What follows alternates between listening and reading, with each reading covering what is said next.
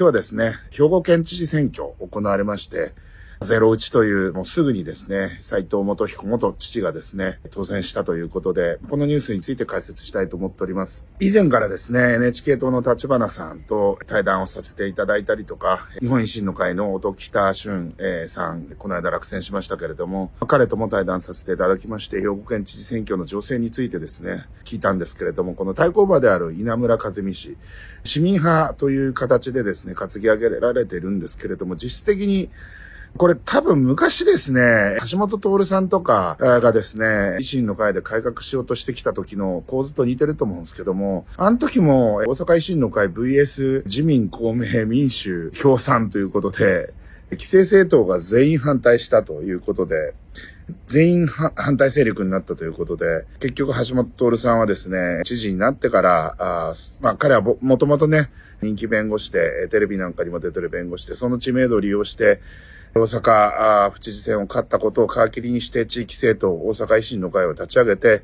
議会まで全部抑えてしまわなければダメだということでやられたわけですけれども、皮肉なことにですね、この斉藤知事ですね、維新の会にもですね、推薦されていた知事だったはずなんですけれども、今回ですね、県政局長ですかね、パワハラを特定通報窓口ですね、通報した後ですね、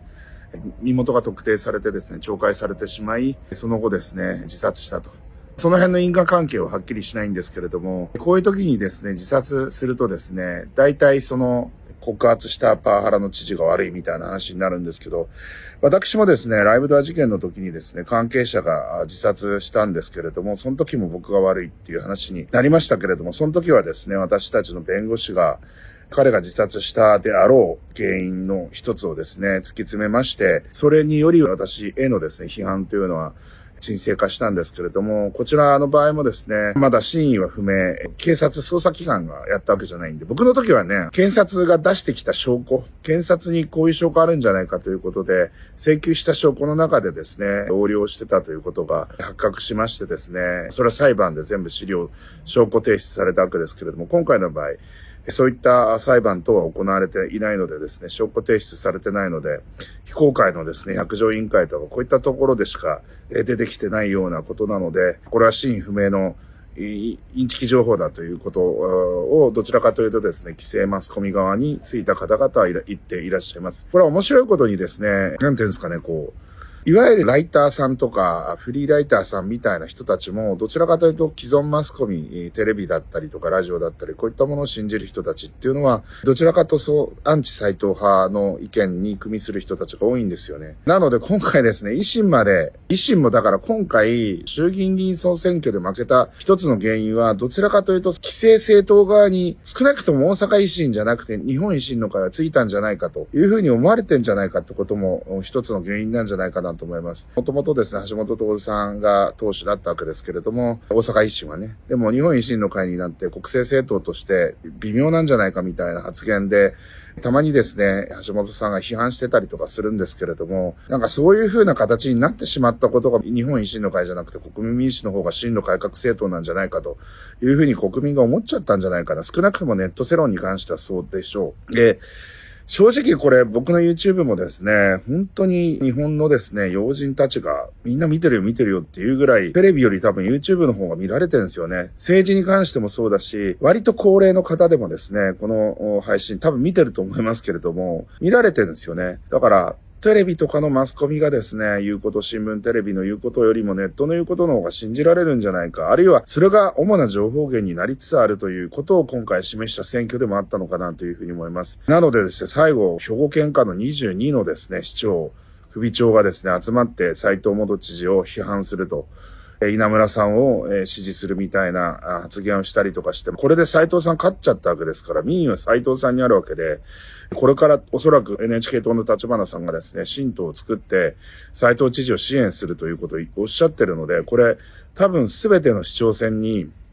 アンチ斉藤で行った人たちは全員対抗馬を立てられて、ここもテレビでほぼ報道されないので、ネット世論が完全に勝ちますので、多分首を洗って待っていた方がいいんじゃないかなっていうふうに思います、正直。まず多分確実に既得権益のですね、固定票を集めて選挙戦に臨んでもまず確実に負けると思います。これは本当に斉藤さんにごめんなさいしてですね、私は心入れ替えましたぐらいに言わないとですね、こういった既得権益とかそういったものに組みしませんぐらいのことを言わないと多分勝てないんじゃないかなと思います。これマジで勝てないと思いますんで、本当に、あと県議の方々も、今回リコールに加担したですね、県議会議員の人たちも、急ぎを済ませない限り、これ、斉藤さんの方が民意だってことなので、おそらくですね、多少の痛みがあるような改革、パワハラっていう風に告発したこともですね、これまでの自分たちのやり方、そういったものを批判されてですね、ある意味ですね、これまでこうやってみんなで仲良く、県民のお金をですね、食いつぶしながら、やれてたじゃないかと。多分そういうことなんじゃないかなと思います。そんな身を切る改革とかですね、ドラスティックな改革なんかやらなくても、県はうまくいってたじゃないかというふうに多分言いたかったんだと思いますけれども、そんなんじゃ生ぬるいだろうと。ちゃんとした改革をしなきゃいけないんだっていうことでですね、多少、パワハラとまでは言いませんけれども、ある程度ドラスティックな改革をするということは、そうやって内部にハレーションを生むということを、仲良し小良しでやっててはダメだってことなんだと思います。水戸正和さんというですね、元ですね、兵庫県会議員をやってた人たち、やった人からも聞いたんですけれども、彼もね、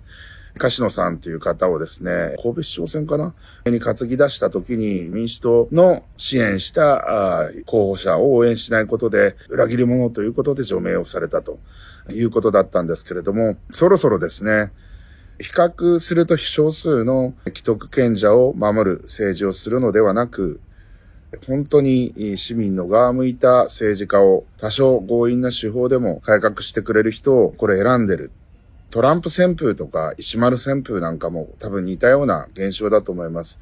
さらに兵庫県知事選挙っていうところもポイントだと思うんですけれども、石丸さん、僕の対談とかでもいろいろお話ししてたんですけれども、もう一歩足りなかった部分がある。それを竹中平蔵さんと僕話したときに、もうちょっと面白い論点というかドラスティックな論点を言った方が勝てたんじゃないかっていう話もありましたけれども、それ以上にやはり規制のマスコミがですね、小池百合子さん優位ということをですね、やっぱり喧伝するものですから、届かないんじゃないかということで、一息ついてしまった面もあるんですけれども、これは関東圏で言えばですね、東京都知事選じゃなくて、千葉県知事選とか埼玉県知事選とか神奈川県知事選ぐらいの感じなんですよ。だから、マスコミも、一応ね、兵庫県もサンテレビっていうローカルテレビ局あるんですけれども、ほとんど視聴率取れてないんで、他人事とまでは言いませんけれども、そこまでトーンが大阪府知事選とかに比べるとトーンダウンしてしまうということで、既存のマスコミの力も東京都知事選とかに比べると弱かった。そういったところもありますし、一応現職の市長、ごめんなさい、知事だったわけですから、その辺の知名度なんかも大きかったんじゃないかなと思います。ネットが選挙を変える、今回のね、兵庫県知事選挙もそうですし、衆議院の総選挙も国民民主党が大躍進したということがありますので、もしかして少数与党の石破茂内閣は早期に崩壊をしてですね、来年の参議院議員選挙の時に衆参ダブル選挙ということも十分考えられますので、ちょっとこれからの政治の世界の移り変わりに注視をしていきたいと思います。ということで今日はこの辺で終わりたいと思います。いってらっしゃい。